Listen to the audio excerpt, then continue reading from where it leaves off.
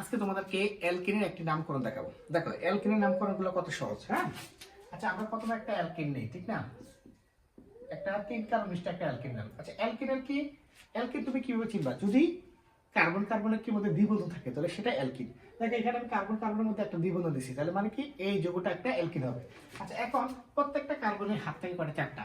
এখানে এই কার্বনে কি একটা কি বন্ধন পাইছে, তার মানে তার আরো টোটাল কটা বন্ধন থাকবে? তিনটা। আর এখানে কটা? তিনটা পাইছে, তার মানে কি সে একটা পাবে। সেখানে দুটা পাইছে, তার মানে কি সে কি আরো দুইটা পাবে, ঠিক না? এখন এই যে তিন কার্বন বিশিষ্ট একটা অ্যালকিন তৈরি করলাম আমি, এই অ্যালকিনটার নামকরণটা আমরা কিভাবে করবো দেখো। এখন নামকরণের মূল একটা বিষয় হচ্ছে, সেটা হচ্ছে তোমার কি মূল সিগল, অর্থাৎ কি কয়টা কার্বন আছে সেটা আমার কি জানতে হবে। এখানে একটু খেয়াল করো, এই কার্বন কয়টা আছে? একটা, এই দুইটা, এই তিনটা, ঠিক না? আমরা এই হিসাব করতে পারি। আবার আমরা কার্বনের কি প্রান্তটা এদিক থেকে করতে পারি, একটা, দুইটা, তিনটা। এখন স্যার আমরা কোনটা কি কার্বনের কোন প্রান্তকে ওয়ান কার্বন ধরবো? কি এই প্রান্তটাকে না এই প্রান্তটাকে? যে দিক থেকে গড়লে তোমার কি দ্বিবন্ধনটা আগে পাওয়া যায়, ওই দিক থেকে আমরা কি করব? এক নাম্বার কার্বন বিবেচনা করব।